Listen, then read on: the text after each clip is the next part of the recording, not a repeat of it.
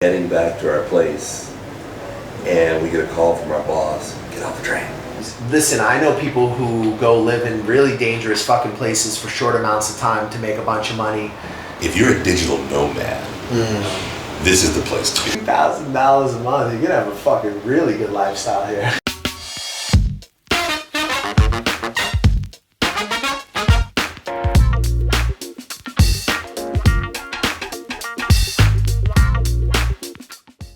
It's the bouncing baby Jesus of the ESL game. Jesus, what you doing, Jesus? Working on Your my album. Yeah. We are also teaching you how to travel blog and educate you youngins and how to relocate to the expat, brush your teeth. We just got my friend in fresh from China. So we're gonna bring you up to date on all the current affairs. Because there's a lot of shit buzzing on the internet. There's a lot of people, you know, speculating on what's going on in China. There's a lot of people saying, where are those teachers gonna go? We're gonna let him just like completely deconstruct from his experience being in China, everything he thinks is happening right now, why he thinks it's happening, and where he thinks it's going.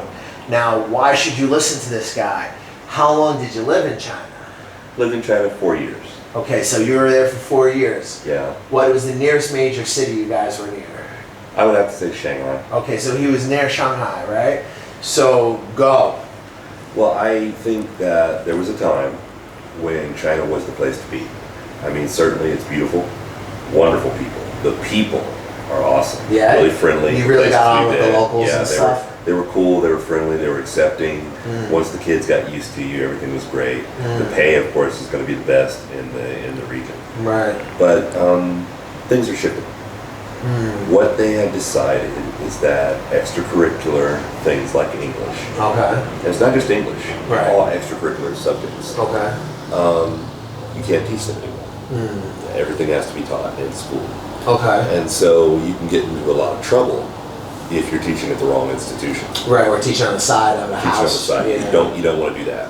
I Right. mean, we've had people, you know, that have gotten in a lot of trouble because they're teaching on the side. They're not Right. supposed to be. And I'm talking about locals as well as expats. Yeah, because they're getting like, ever since China decided to criminalize K through 12 training centers now, they just drove it underground. I heard stories of teachers making easily $100 an hour doing these illegal privates and shit. Yeah, but you're really taking. You're risking it. You're risking Yeah, it. you're risking Yeah, it. they're not playing. No, I bet. And, you know, you'd be a fool to think you can get away with it, especially in that culture. Is that everywhere though, or is that just in the province you guys were in? That's everywhere. You think so? Because I was talking to a guy in Hohhot. I have a contact out there. He's in the fucking, way out into the fucking desert, you know, autonomous region. And even like after all the K through 12 stuff had happened, he's only just now starting to say that he can't do anything like with like the training centers. And, It's a timing thing. yeah, there's you know? places that are quite like off the map. Yeah, well, when a change happens, it has to ripple outward. Sure. And so the bigger cities, of course, are going to be the first to make changes, like Shanghai did. You're gonna feel it there. You're going to feel it there, and slowly it's going to fan out. Okay. And it's really up to the province or up to whoever's in charge in that area to interpret The what policy this from means. Right. the central government. Exactly. And so, there's a lot of confusion about what this means. How is it? So- Is it really going to be enforced? Right. So there are a lot of companies that have laid off a lot of foreign teachers. Oh, dude, I've been hearing horror stories. Yeah. Straight And they have Robin. they have very little time. And here's the problem: because of COVID, the plane flight going just about anywhere in the world from China is exceptionally expensive. Okay. It was going to cost us for a pair of tickets $9,000 just Jesus. to go to the United States. That's And ridiculous. as expensive as it is in the States, I mean, immediately just for plane flight, that's $9,000. And we're talking about one carry-on under 14 pounds. Right. And one, checked piece of luggage under 50 pounds. And I've flown Chinese airlines, worst airlines in the world. And so you're like, okay, I better have 20, 30 grand already in the bank to be able to go back. Gotcha. And if it was in a hurry, you have to pack up more stuff, Yeah. get rid of stuff, and it's traumatic. Bro, But- I know a lot of people who are still trying to figure out how to get most of their money out of there. Yeah. And then because they're having to leave in such a rush, and some of them have like been there for a fucking pretty long time. They got a lot of dough there. I have a guy I do business with who actually, he was in Iraq for like 15 years in the Kurdish controlled area of Iraq, and he has quite a lot of money over there, and he doesn't necessarily know the next time he's going to be able to get into the area recently the airport was bombed, and they're having all kinds of problems with COVID, and, so we're, like you said it in our other discussions, like everything can just suddenly change. Yeah, the world is changing. When did you start seeing, like, what were the signs of the change? What did you see coming in China? What was the initial feelings you guys had? Can you go into that a little bit? Well, everything, we started out, everything was great. Mm-hmm. And we loved it there because from China, you could go to Thailand really cheap, Cambodia really cheap. Yeah, no doubt. And you had the time off, you would have 2 months off in the summer, 1 month off in the winter because of the holidays. So you could do 2 different places. Right. So you just traveled, and it was really, really cheap right. where you go. And so we had adopted that pattern. Yeah. It was great. You work for 3 months and then you travel. Right. Work for 3 months and then you travel. It was wonderful. Yeah, it's a pretty sweet life up there. While we were out of China, COVID hit. I mean, literally, while we were on vacation. Wow. So we were in the Philippines. Oh, fuck. And then we jumped to Cambodia. Jeez. Just when it was popping off. Just when it was popping off. Yeah. And we get the call from our company, don't come here. Just wait. Just hold wait. on.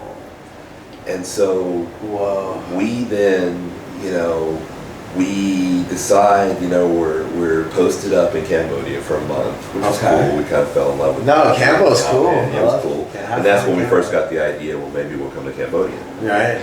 And so then we just, they said, well, come on, we're going to try. And so we flew back into China. This was just when everything was, they didn't know what to do, hazmat suits. Sure. This is, we don't have a protocol, nobody in the world did. And so we were on the train heading back to our place, and we get a call from our boss, get off the train. I'm like, excuse me, get off the train at the next stop. So we got off the train, went back to Shanghai, posted up there for a month in quarantine, and then just went back to our town. Wow, you barely got back in. And just as we got back in, COVID hit. And so the world changed. So that was the first sign that things were going to change. Yeah, no doubt. I mean, listen, that's the elephant in the room. Like everything was going to change from this period, but what were the manifestations? That's kind of what I'm getting at. Is what were the first things you saw were policy? Because for me, what I started seeing is right after the election in Vietnam, I started just seeing the government was very, very, very much trying to throw foreigners out. And I think it's very different than the reasoning with China. I think in Vietnam it had a lot to do with them not wanting lots of foreigners dying, and they knew that this was going to be bad, and that probably didn't want a lot of foreigners in the country while they closed and locked down the way that they did, because they probably don't want a lot of people to see that, so. Those are some of my suspicions as to why they threw them out. But I mean, it's public knowledge they threw out thousands and thousands and thousands of fucking foreigners, retirees. I think they're looking at it in a different way. I believe that China has reached a point where they feel that English should be taught by the teachers who teach English. Like Chinese teachers? Like Chinese teachers. That's hysterical. They're the ones that have gone to school for it. Sure. They're the ones that are going to be teaching it.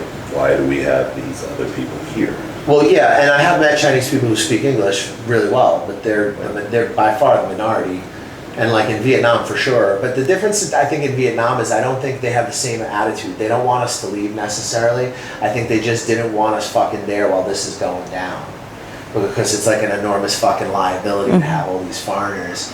And there's a lot, and it was just done in an underhanded way where they jacked everybody and because again, this is what I was doing for money. I was dealing with these people as they were going through these situations. And some of the stories were pretty rough. People who had lived in Vietnam for 15, 20 years, and now suddenly they have 15 days to leave the country. It's I think that if you do what we do, travel the world, look for better ways to travel. Yeah. You know, go places where where you can afford to slow down and work on specific projects, those sorts of things. Yes. I mean, I'm talking to the people that are what I call digital nomads. Yeah. Yeah. If you're a digital nomad, this is the place to be. Yeah, for those of you who are maybe just watching because you're seeing the title about China or about Vietnam, we're basically both in Tirana, Albania at the moment. I do an Albania service, and we connected, and I helped him relocate out here and get established, and we just decided it would be great to do some content together because he has just come from China, and with the ending of the K through 12. Can you just explain exactly what they did, and what the policy was? Well, here was the policy. The policy was simply, we have a lot of parents who are spending a lot of money on extracurricular classes. Right. Yeah, and it creates an unfair, uneven, playing field. Okay, I don't believe that for 2 seconds. That's the reason they did it. And so, by getting rid of these classes, parents won't have to spend as much money. Right. And now they can afford to have more kids. Yeah, no, and I believe birth rate is for sure a real concern. Yeah. But I just think I don't think they want to get rid of the foreign influence. Well, I mean, either way you look at it, it's their right. Yeah, it's their country. They're going to do it one way or the other. And, I love the scene. What's that movie where Danny DeVito gives the speech about buggy whips? Yeah, right. Yeah. Some industries become irrelevant or they just change. Well, that's exactly it. I guess the thing is that some people, not everybody, but a lot of people, especially a lot of vocal people on the internet, they probably thought that was going to be forever. No, it never. How is it going to be forever? No. I mean, you can tell it's one of the prices you have to pay for an expat lifestyle. You got to be slick and you got to be able to evolve, because if you can't evolve, when things change, it's just going to be the collapse. Like for a lot of these guys, it's funny, I look at some of these blogging motherfuckers in Vietnam, and they're like, and some of them are good, there's some people out there I fucking love, but there's a lot of them out there where to them, Vietnam is everything. If they didn't have this place, they would have nothing. And I've been around a little bit, man. Before I started doing YouTube, I had actually been to a lot more countries that I never filmed that I wish I was. I wish I was filming, and I gotta say, man, for me, I don't want to be necessarily my whole world is dependent on one place. You've discussed this with me privately, and I think we agree, having little bases, it makes more fucking sense. Well, you got to know that things are going to change, and you want to be flexible. You don't want to get stuck. And I know that might sound paranoid, but in an age of COVID, in an age of, places suddenly becoming way more expensive, homelessness, things like that. I mean, I know people that live in Southern California, and the amount of money they have to pay. $2,000. If you're in LA, yeah, you're gonna be paying at least $1,500 to $2,000 a month just for rent. Oh yeah. I mean, my mom in Brooklyn, and okay, she was paying a lot too. If you come to Albania, right, $2,000 a month, you have a better lifestyle. Oh, and that would be not just for rent, it would be for everything. $2,000 a month, you're gonna have a fucking really good lifestyle here. Yeah, and that's not just rent, that's everything. Yeah, man. And so that would be your monthly nut. And so why wouldn't you live someplace where you could live better? For less money. For less money, which would maybe enable you to retire a little earlier. Or have more time to pursue a more rewarding business. Yeah, do stuff online. That's what I used to. For me, teaching was just a way to get me to that. I knew that I was going to be able to leverage the connections I made out there. I didn't really know how, but I knew that at some point I would. And I've always been good at networking and meeting people, Let me tell you, one of the greatest pieces of advice I ever heard was from, I was taking this program, and we were both becoming trainers, coaches. Right. And she says, people see me going to get massages and facials and all this kind of stuff. Right. And they think I'm just being bougie. I'm just, trying to be a rich person. She goes, no. She goes, what's NASCAR all about? NASCAR is not about the driver. NASCAR is about the pit crew.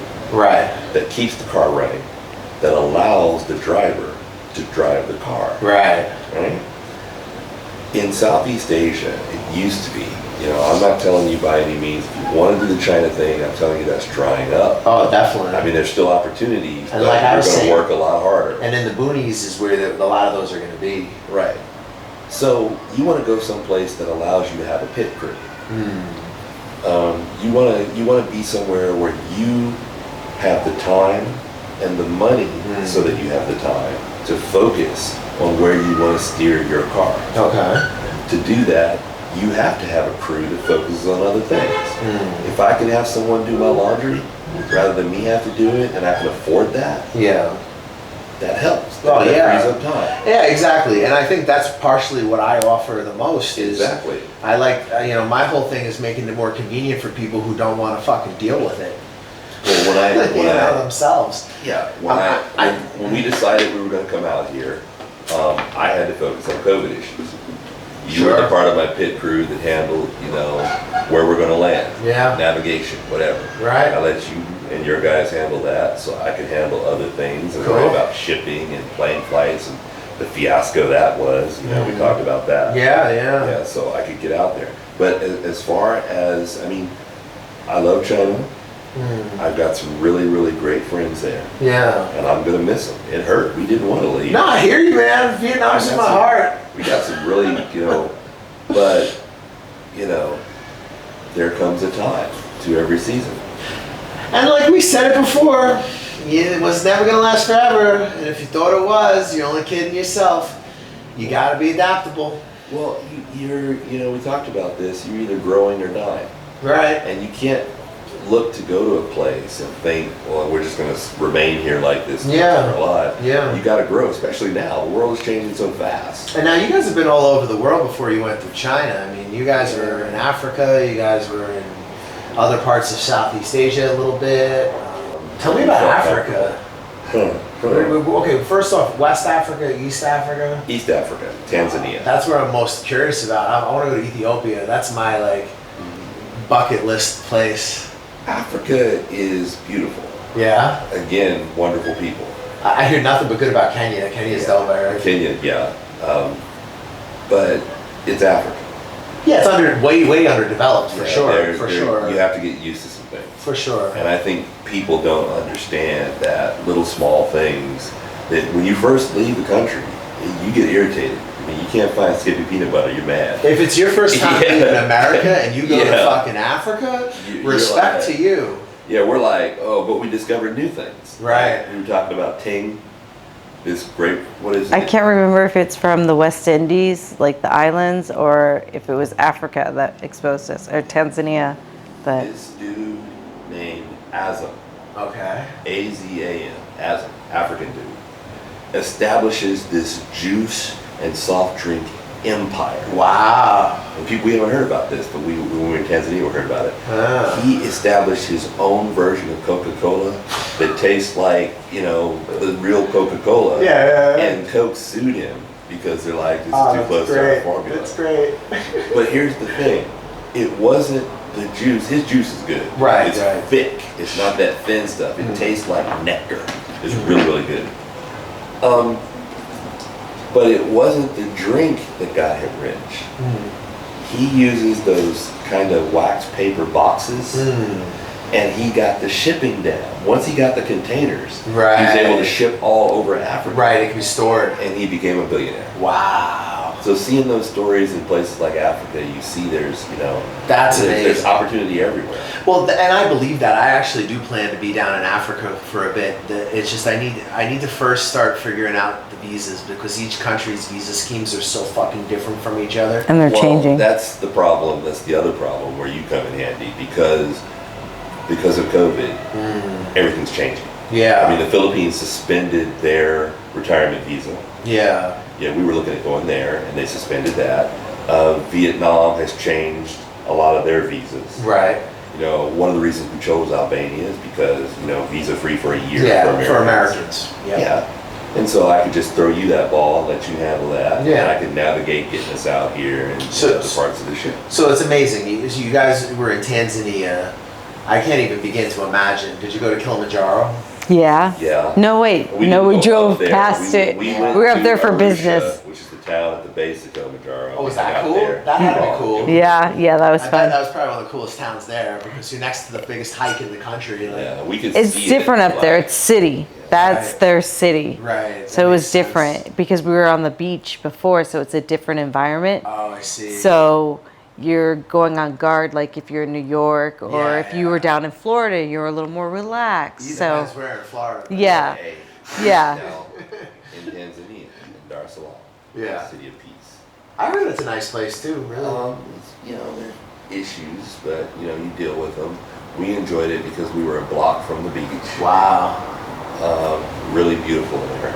Go to the markets like you've never seen. Yeah, I'm sure. It's just Yeah. insane. We're walking, and it's like those old-time Bedouin markets where you got, you know, spices piled high Yeah. and just stuff, and we're just seeing, you know, fish, and we're just like, wow, this is like stepping way back in Sure. the, you know, movie that you've seen growing up, black and white. I mean, it was great. Well, I've been to Nepal and spent time living in Kathmandu, in the Kathmandu Valley, and traveling around the Kathmandu Valley. And like, it's not the same culture, so it's going to look really different, but it's basically the same thing. It's these streets that are bazaars where the entire street makes tin, and the next street over sells medication, and the next street over has, like, you know, people who are working with the salt, the pink salt from the Right. Himalayas. You see pink salt like this fucking big in front of shops, and like, yeah, it's quite an impress because it's a lot older than, like, in Saigon is a younger city. Like, you'll see wet markets and traditional lifestyle in Saigon, but it's largely an exchange where people coming from the Mekong Delta, everybody's trying to bring, or from the Central Highlands, they're trying to bring all the food to Saigon because that's the market. You know what I mean? That's the fucking big market. Whereas, like, where you're going to places like Tanzania or even Nepal, they're much more ancient trade. You know, Saigon would have been in, like, it was originally one of those, like, kind of free cities where it wasn't really part of, like, anything. It was kind of like a place where Chinese traders set up, and it was a place where people brought goods in and out of because of the riverways.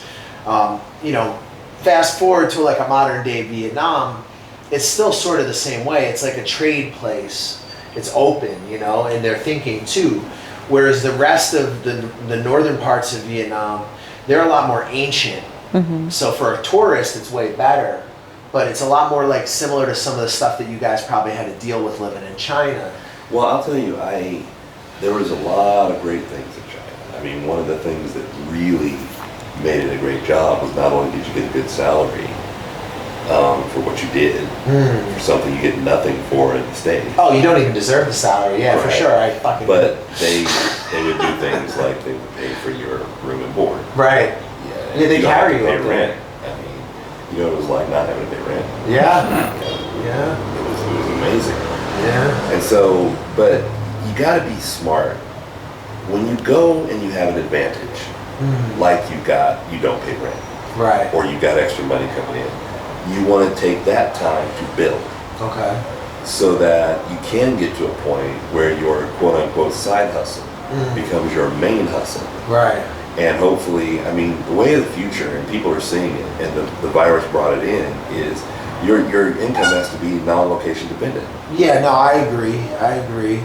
I mean, but I'm telling you, man, dealing with the Vietnamese business culture, and especially in the north, and I've dealt with Chinese business culture, man, that shit is fucking wild.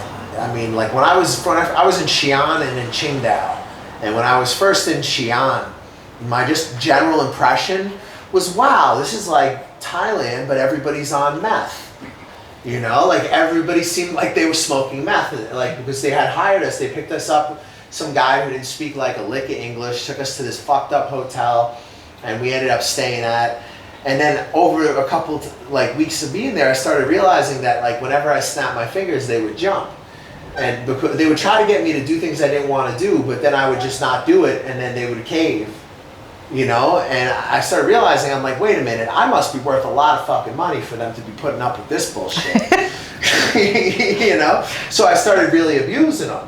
And I was like, this is okay, but like, there was some things about it I didn't like. It was like, you've got fucking surveillance cameras on you all the time. Like, you know, all the foreigners seem like they're fucking afraid to be there, even the ones that are there legally.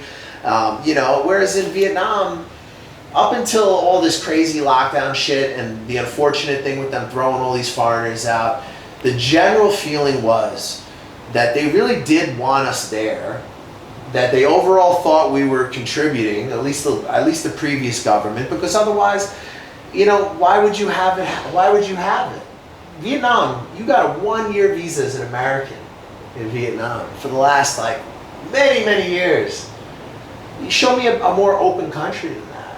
You know what I mean? Like, and then in the flick of a switch, It's all gone. it's all fucking crazy now. Well, here's, you know, I think, and I've only been here a few days, Mm-hmm. but I think what Albania offers is a chance to regroup.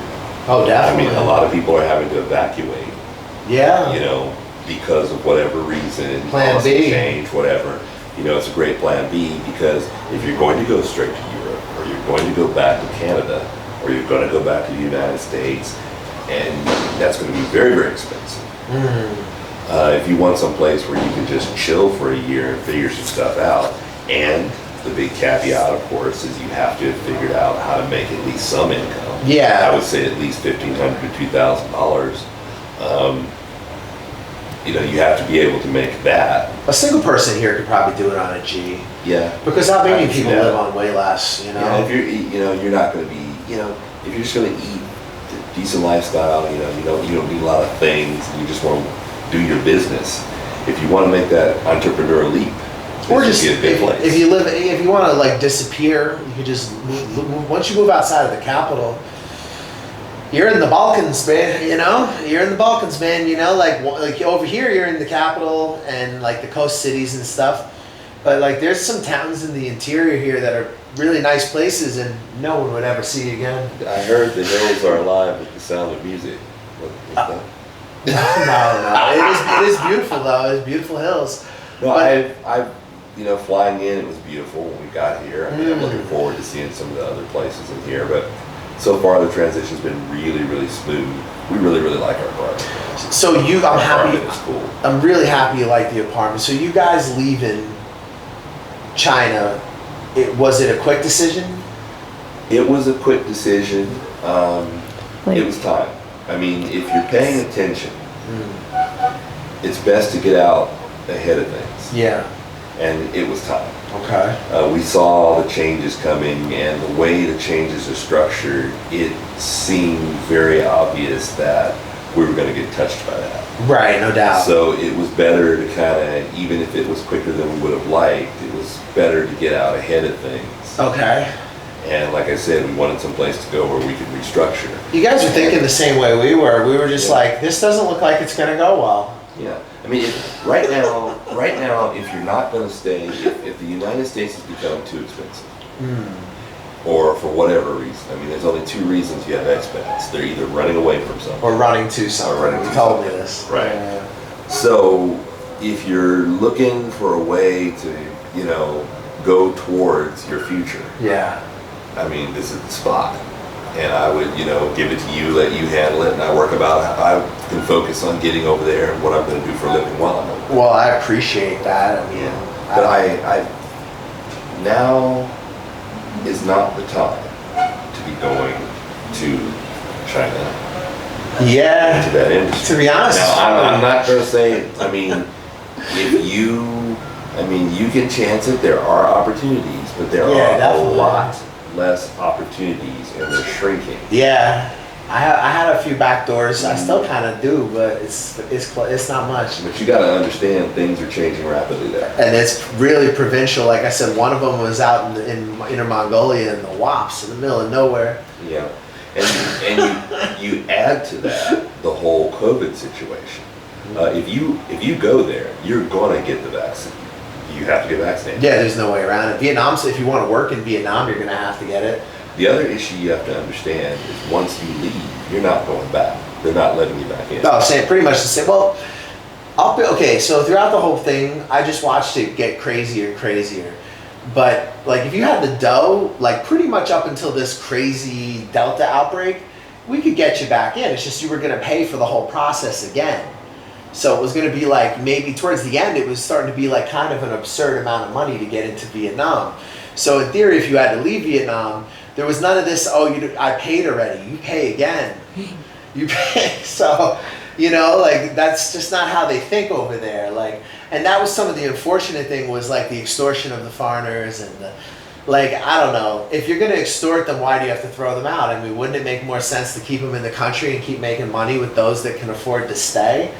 Like, I mean, and don't get me wrong, if you had enough dough, you could afford to stay, but they were starting to ask for such absurd amounts of money that even me, like, I am Vietnam's biggest advocate because I make money with Vietnam. I want to see Vietnam successful, but you can't fucking do shit like this, because you went from being like the most trusted place for expats, I think, high-paying jobs, nice weather, less crazy than China, fucking better beaches, you know, and now there's no confidence. Everybody's fucking freaked out, like, you know, and I'm trying to still encourage people to go to Vietnam, but you look on these expat pages and it's just nothing but hate.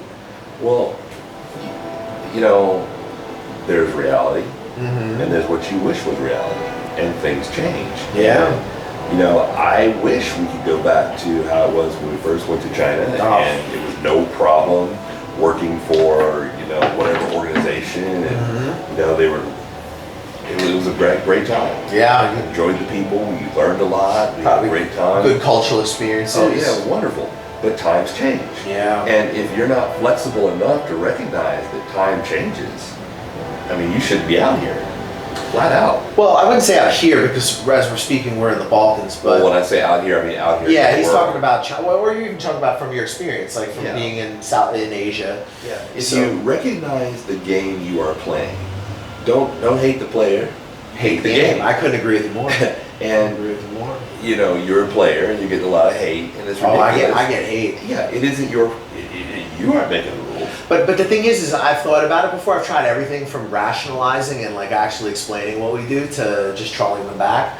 And now I think I just hit the block button. I just don't really have time. I don't want to deal with them. I don't want them harassing the customers. They don't really add any value to the conversation.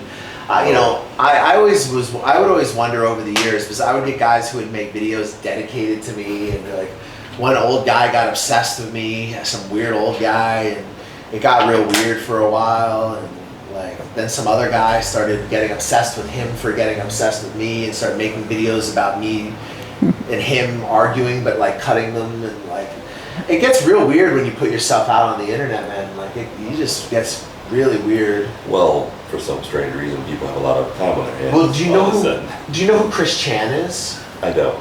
Okay, so you're about to go down a rabbit hole. Okay, so Chris Chan is this, they call them lol cows.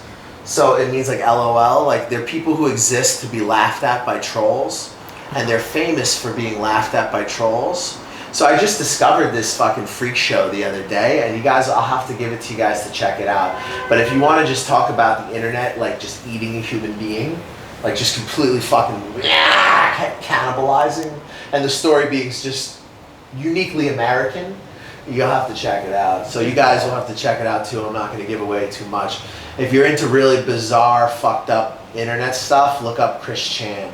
You decided to leave China because it was getting kind of fucking funky, right? Yeah, well, we didn't want to be in a situation where all of a sudden, at any minute, you gotta go. You got 2 weeks, you gotta go somewhere. And you're not prepared. Right, I didn't want to be in that situation. And, you know, when you see signs and you don't move according to those signs, you're the idiot. I agree. People were yelling at me, they're like, oh, you're getting chased out of Vietnam, as I have like 3-4 months left on my fucking TRC. I was like, well, I have 3-4 months left on my TRC. I might as well plan my escape, because it doesn't look like it's going to be a lot of fun, because everything I was hearing from my Vietnamese contacts was, this is bad, it's worse than the government's admitting, there's going to be fucking, at the time I was there, it was Directive 15, but there was going to be Directive 16 coming soon. And at the time I was there, only certain parts of Saigon were under Directive 16, like GoVap, and I never really went out there, so it didn't affect me. Directive 15, the shops and shit were open, you could get a massage, you know. I don't know if you were supposed to, but you could. Right. You know what I mean? Whereas once it hit Directive 16, that's when you started seeing this slide into insanity where the military is delivering food, where, you know, just everything is completely fucking shut down. They're barbed wiring streets. Like all this really started happening literally the day after we left. Well, see, you listen to the signs. How foolish would you have to be not to listen to the signs? When there is a law passed that says there will be no more extracurricular teaching. We're talking about the K through 12 training centers in China. Yeah. When they are talking about removing it, I know they did this in Shanghai, but when they're talking about removing K through 12 English education entirely from that, at the very least, you know that means competition is going to be fierce. Yeah. Which means it becomes a buyer's market.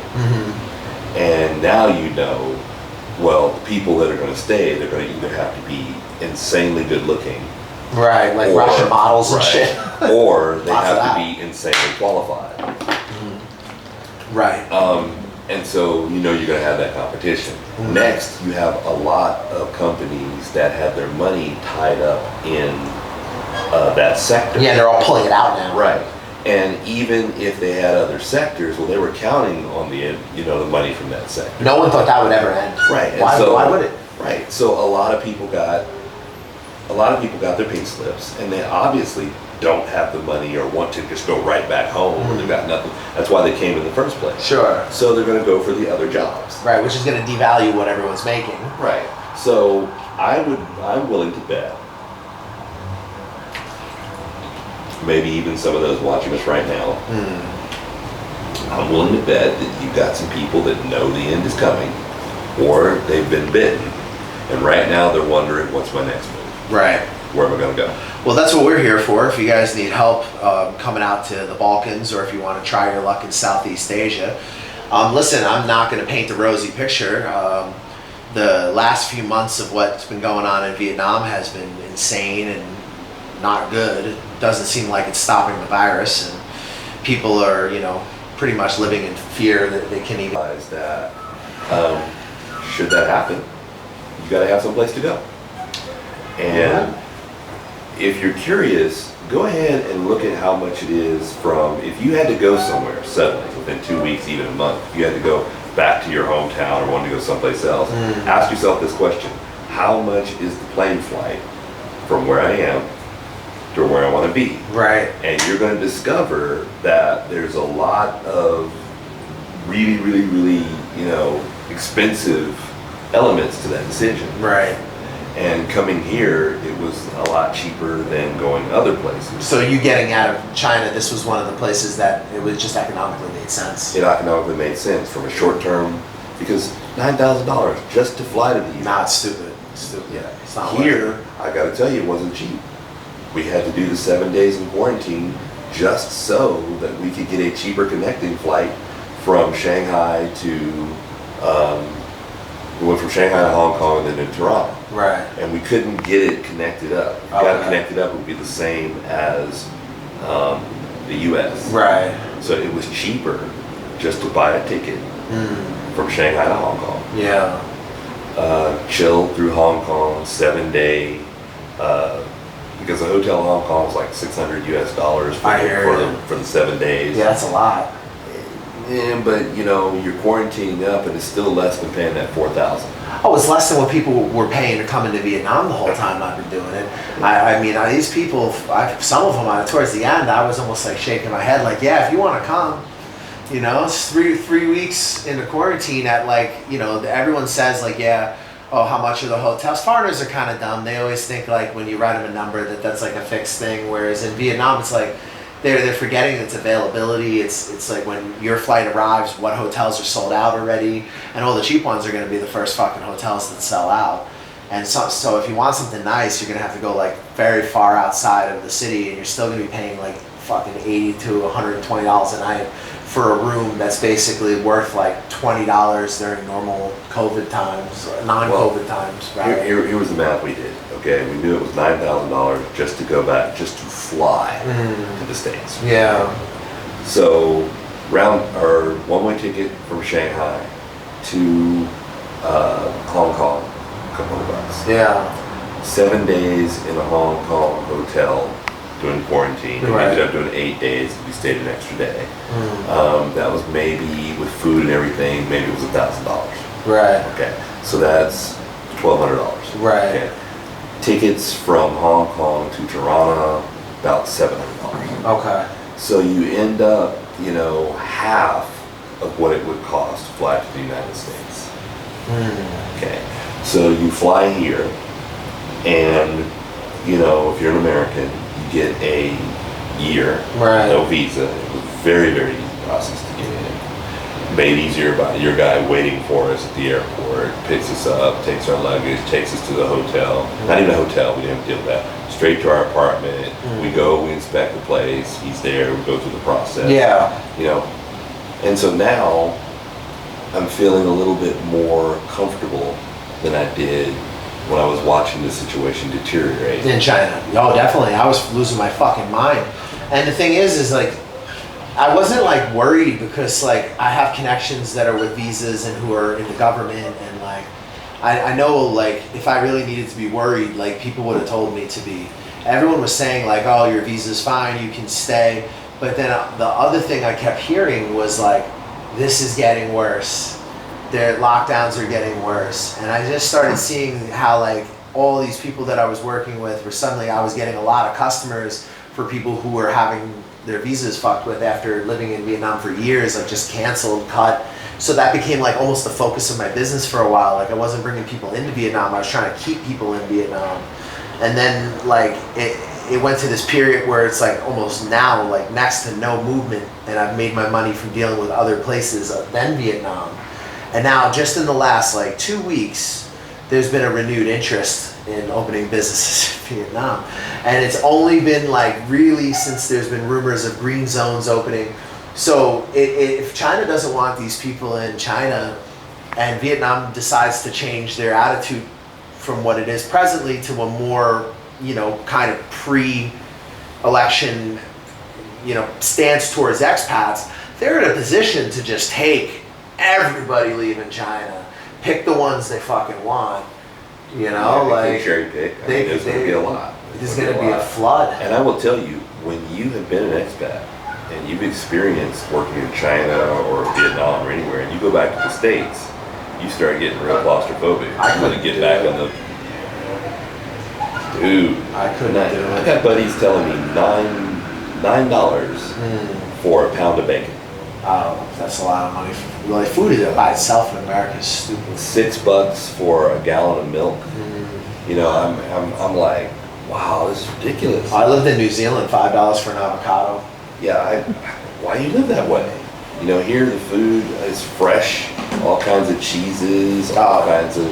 Yeah, you must be enjoying that because in China the food's toxic. The shit will give you fucking cancer. It's the same in Vietnam, it's It tastes good. It tastes incredible. But I don't know was the food good in your guys' city? it was good. Okay, because I know some parts of China the food is shit, but there's places there where the food is like We had really good food. The hot pot was really good. Qingdao had good fucking food too. Yeah, there's some really good food. There's a lot of pluses going there. It's just timing. Yeah, Everything yeah. is about timing. Yeah, the party's When you over move around for the that. world is timing. You can run back into Vietnam, but you have to remember what caused these problems in the first place. Well, you need to learn, right? Yeah. Because the thing is like Vietnam displayed a certain pattern of behavior, then they suddenly abruptly changed in an extreme opposite direction. So even if they were to open up again, if you don't learn from what they just did and interact with them accordingly, you're gonna get got the next time this happens. Whereas if you just see, if they do open up again, you see this is your opportunity to get in and make some money, that's probably the best way to look at it. Because, maybe you can make a few bucks and get out, but don't get comfortable. Well, the people that are giving you hate is what I would say. I would say, look, you got a better idea? I don't want to hear what the problems are with him or what you have with whatever. If you got a better idea, bring it. This worked for me. I don't know what you got going on. If you haven't tried it, that's your business.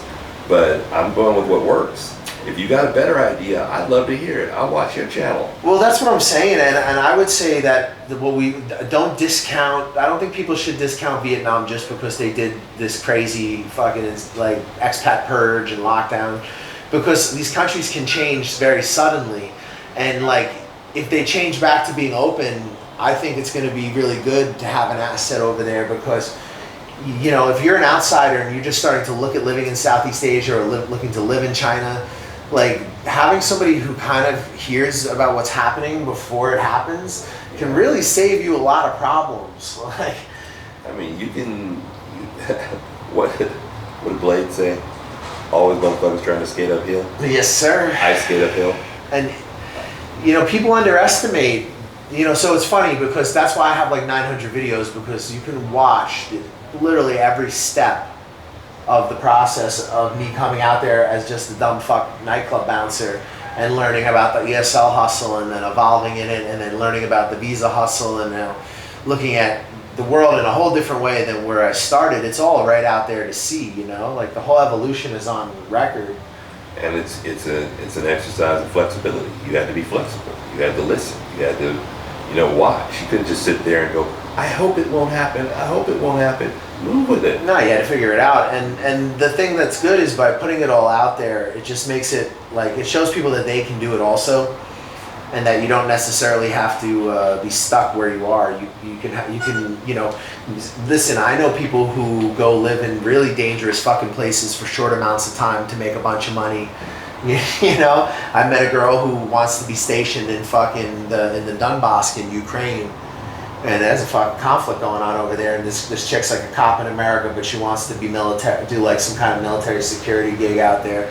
So really, the risk of you coming to Vietnam after things start opening up again, in the grand scheme of the world, it's a pretty low risk.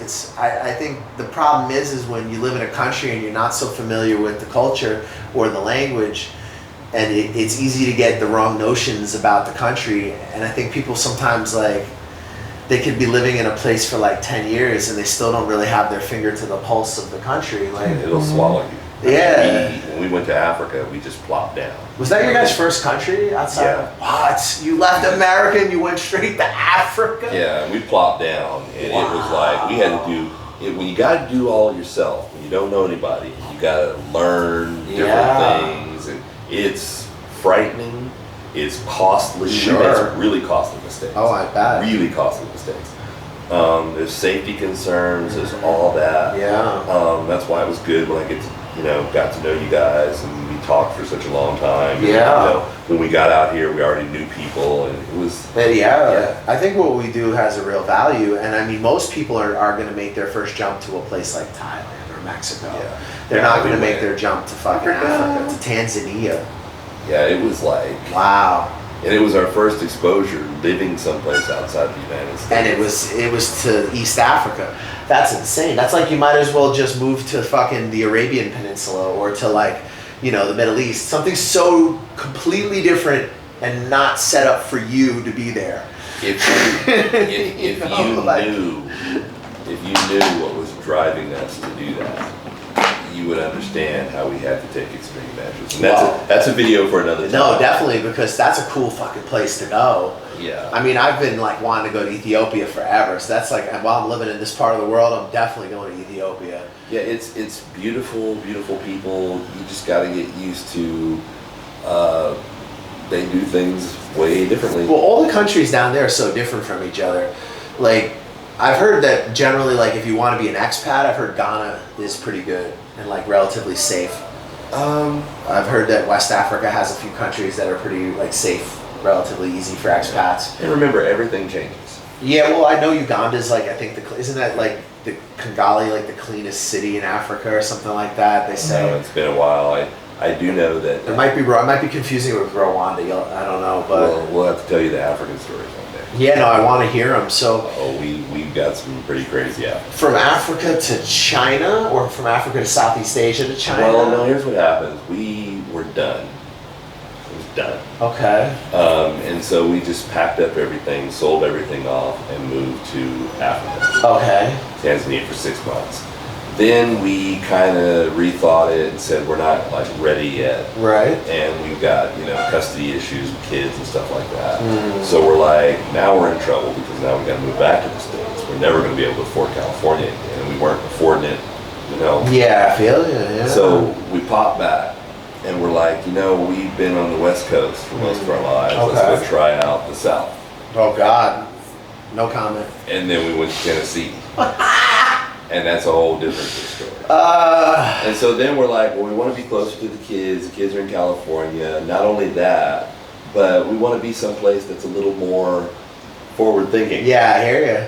And so... So he goes to China. No, wait, no. We said, well, we can't get into California. It's too expensive. We want to be out that way, so let's go to Arizona. Oh, no, even worse. Arizona was more like Tennessee. Oh, I'm sure. And so then we're like, you know what?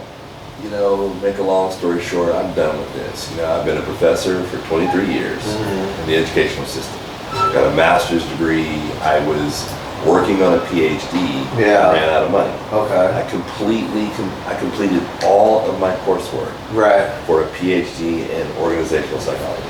Dude, we need to sit down and talk about ran that. out of money because during the thesis, or excuse me, the dissertation process, you still have to pay the tuition. You still have to, so I ran out of money and stopped. Sense. And because I didn't write this 300-word document, which today would probably be very easy for me to do. Sure. Wow. And so I was really, really angry, and so we're like, screw it. That's Let's insane. go to China. That's pretty crazy because, I definitely, and when I think of open-minded places, I don't think of Tennessee or China. Well, we went to China because we figured, It's like, oh, from the hills have eyes to the Matrix, pretty much. When I was in China, I thought I was on a different fucking planet. I didn't dislike it. I mean, listen, I'm not involved politically, man. I'm fucking with whoever lets me make money. You will have to make certain adjustments. You will in Vietnam too. I think the thing, a lot of those teachers that are fleeing China, it's interesting. I'm really interested to see how this manifests. Because I suspect that when it's all said and done, it's just going to be the same degenerates left over that were there before. Because I think a lot of people from China are going to try to come to Vietnam, and they're going to have a hard time with working in like a fucking, first off, I went to training centers in China. A lot of them are air conditioned, they're in malls, they're nice. We were spoiled. Bro, I was working in public schools, all the windows are open because Vietnam builds open buildings. It's the traditional style of building.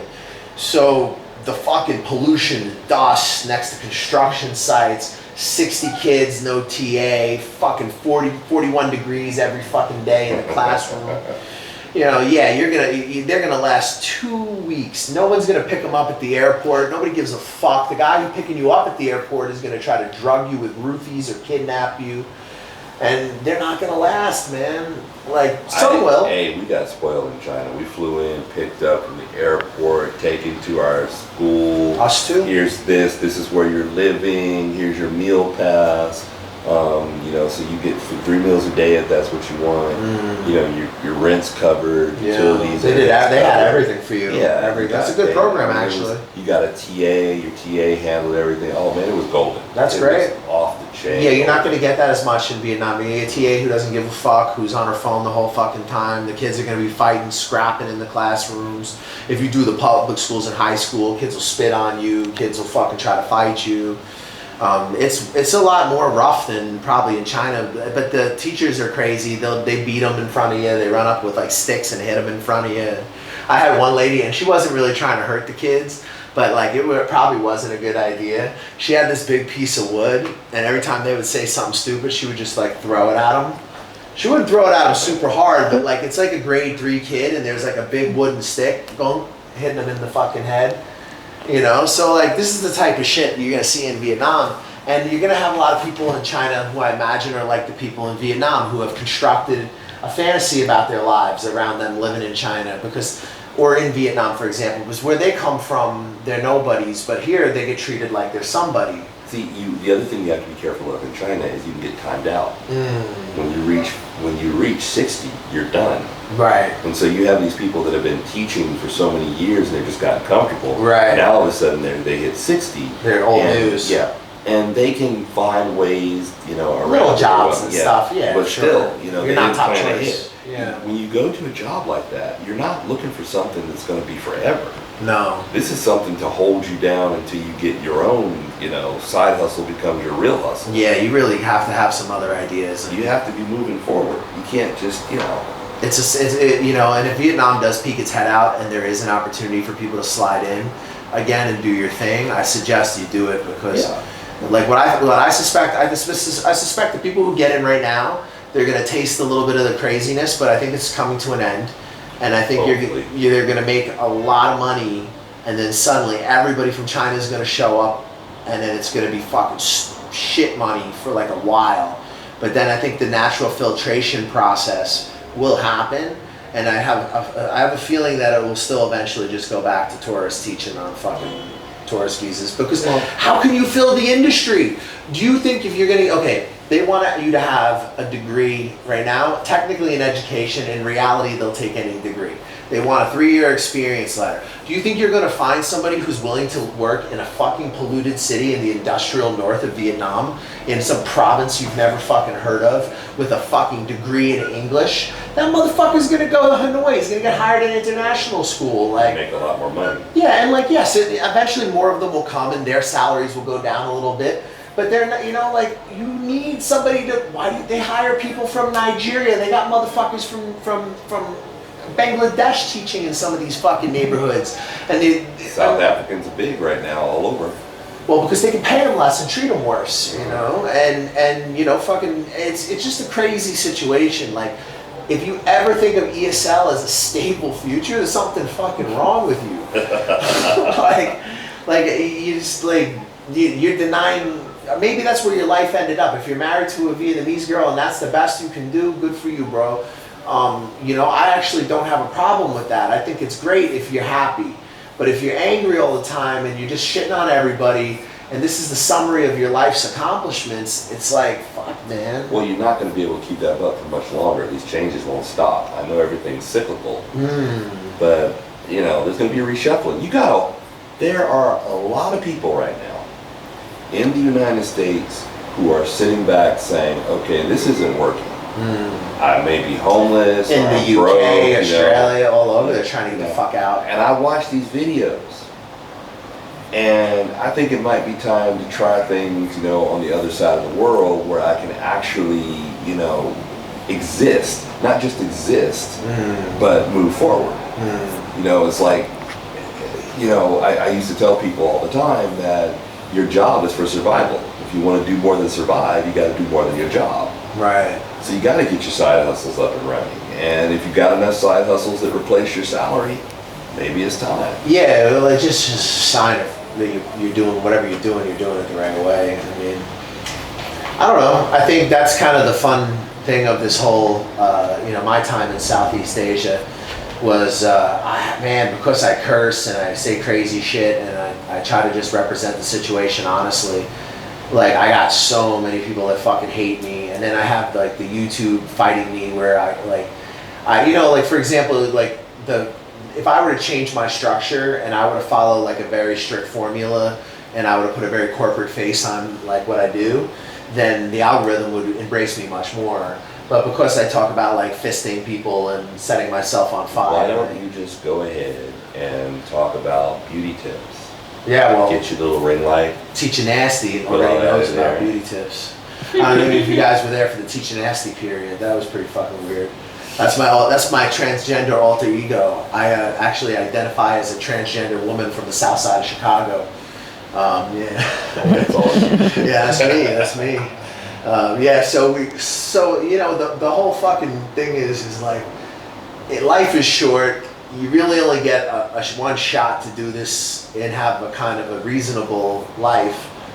And I feel like countries like Vietnam and China can be springboards to that, but unless you have a very healthy, sound relationship with a citizen of those countries, places like here in the Balkans, I think this offers a lot more for people who are trying to be somewhere long term. I mean, they like Americans. They're not as crazy with the laws changing every 5 seconds. They have, and maybe it's a flawed democracy, but it's a democracy, and it's a country that's just come out of communism, so they have time to.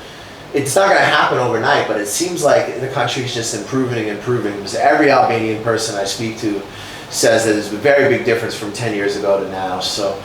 I think maybe this is the place to be comparatively to these countries. Like China, Vietnam might be a good place to go get some money, but is that really where you want to be, like having a base? Like, it's just so unpredictable, and there's so many other factors that are... Now, there's factors in the Balkans too. There's regional conflicts here. There's different superpowers that are pushing and shoving, but...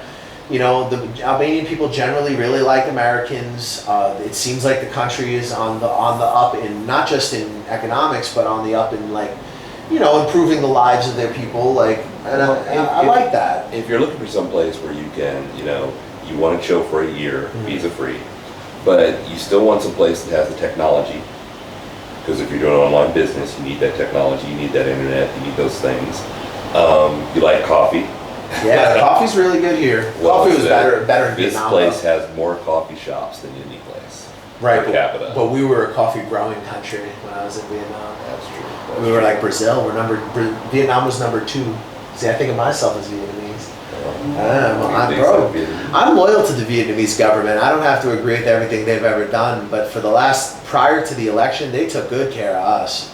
They really took good care of the foreigners, and they really didn't abuse people. I mean, yeah, you had stuff happen where some foreigner gets extorted, but generally speaking, it was pretty good. And it wasn't until after the election that you started seeing this wholesale purge. And I mean, I sort of understand why they did it. They don't want foreigners dying and clogging up their healthcare system. They don't want the public image of foreigners dying.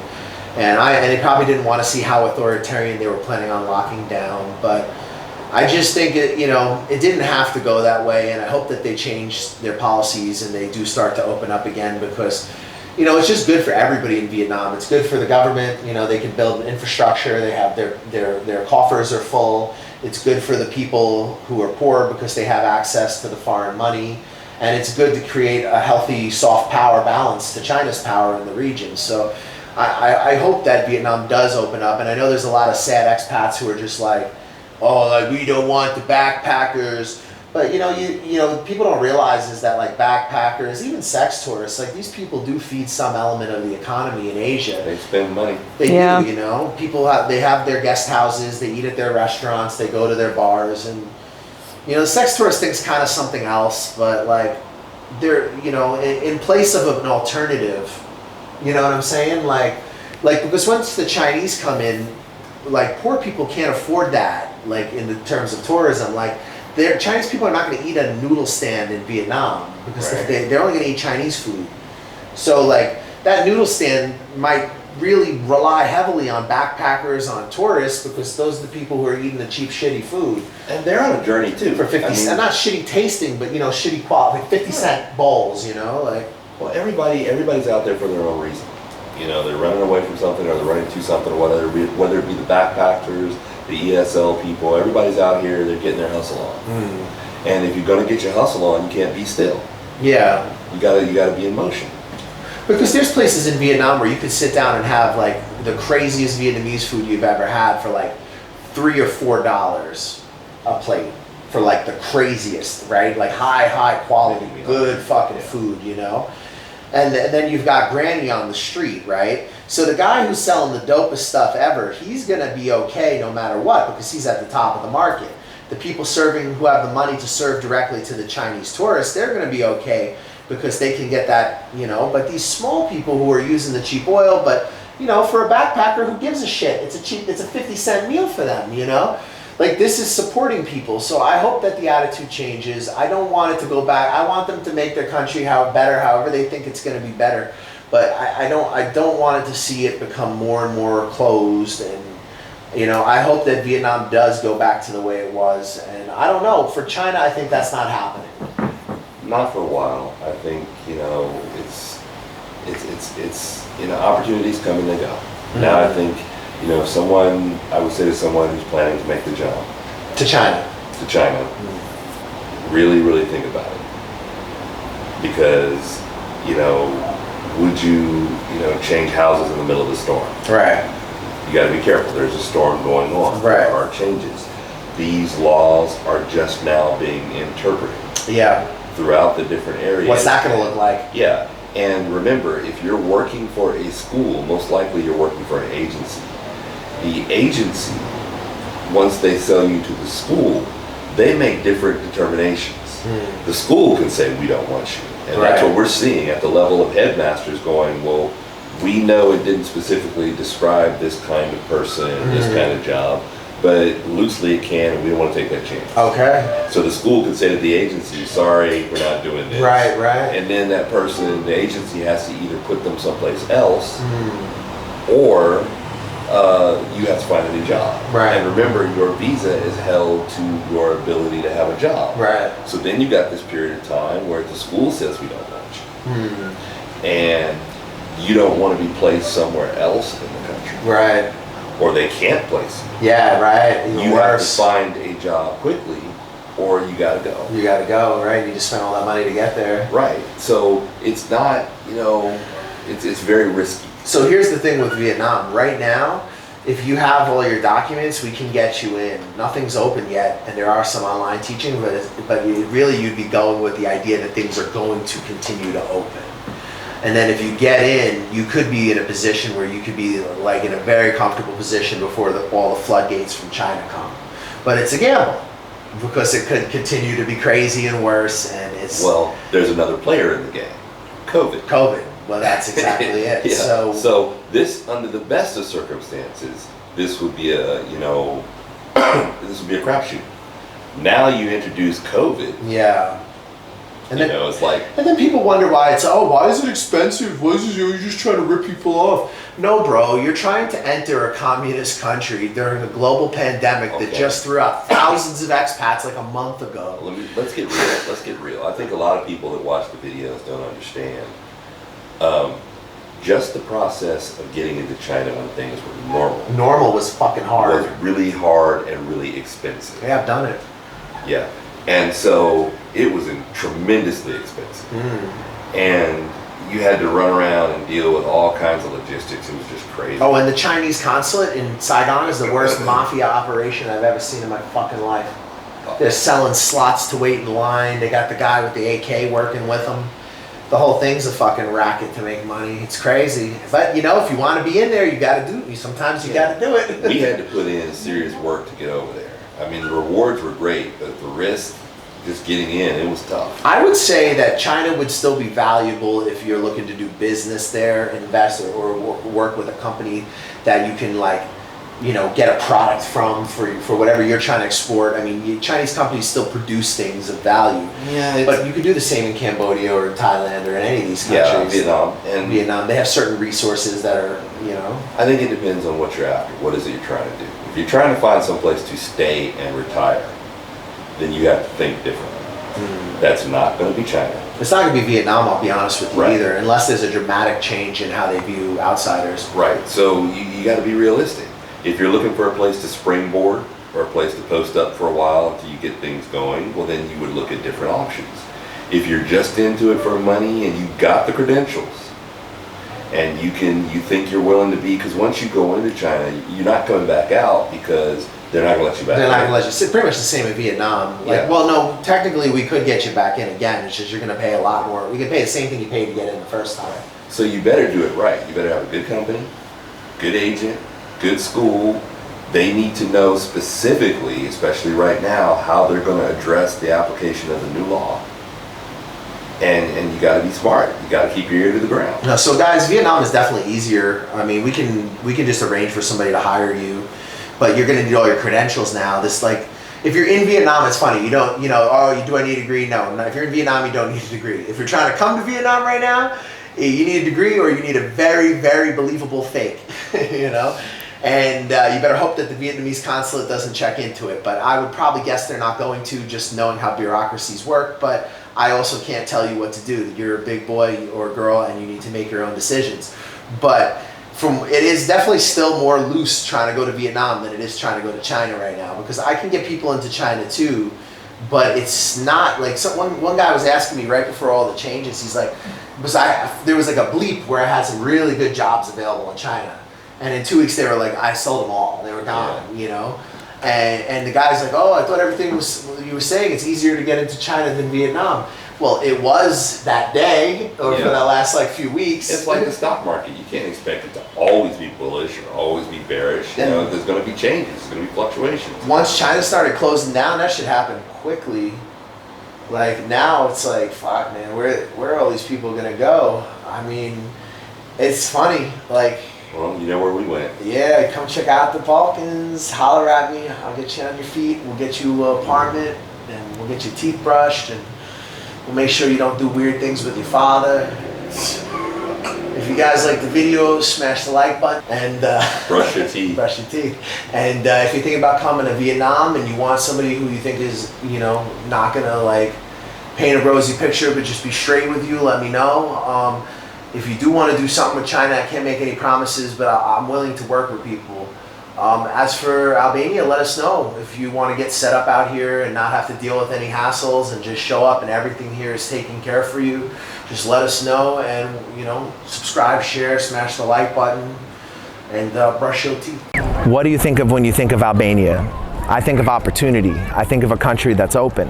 I think of a country that wants long-stay expats, that wants people to come and invest, wants new ideas, and is looking towards the West.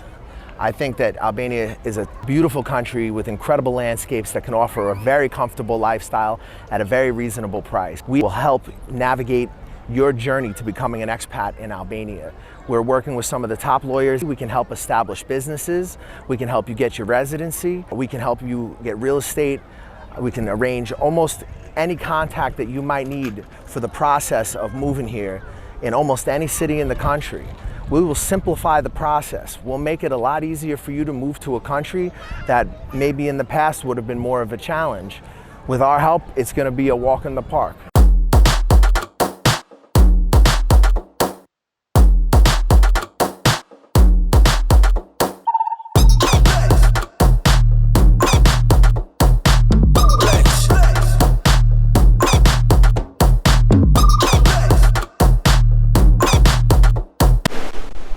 Brush your face and wash your teeth, son. Hey, what's up? I'm D from Canada. Hook up with the New York Nomad if you want a smooth ride into Vietnam or any Southeast Asian countries. Hey, my name is Aaron. Get in contact with the New York Nomads. If you want to get into Vietnam, hit them up. They'll get you in securely and professionally. Yo, this is Uncle Hollywood. I'm telling you right now, the New York Nomad got me a job. He's legit. Hit him up. Check him out. New York Nomad set me up in Vietnam. Yo, my man got me a job. Come to Vietnam. Hey, what's up, guys? You thinking about coming to Vietnam? You're not sure where to start. You've heard a lot of things online. You don't know what's true. You don't know what's not. We offer a consulting service where we help you get on your feet in Vietnam. We give you advice on negotiating contracts with employers. We help you with real estate agents, visa agents that are reliable and that you can trust. We help you get started in this amazing country and get on your feet. We help you get into different opportunities that might be more difficult for you if you were just landing in the country on your own. And we help you avoid a lot of the pitfalls and problems that you could have as a newcomer here. We provide you with reliable job recruiters, visa agents, real estate agents, and advice. If you guys are thinking about coming to Vietnam, hit us up for a consultation. We'll help you get started, help you get on your feet, and hopefully you'll love Vietnam as much as we do.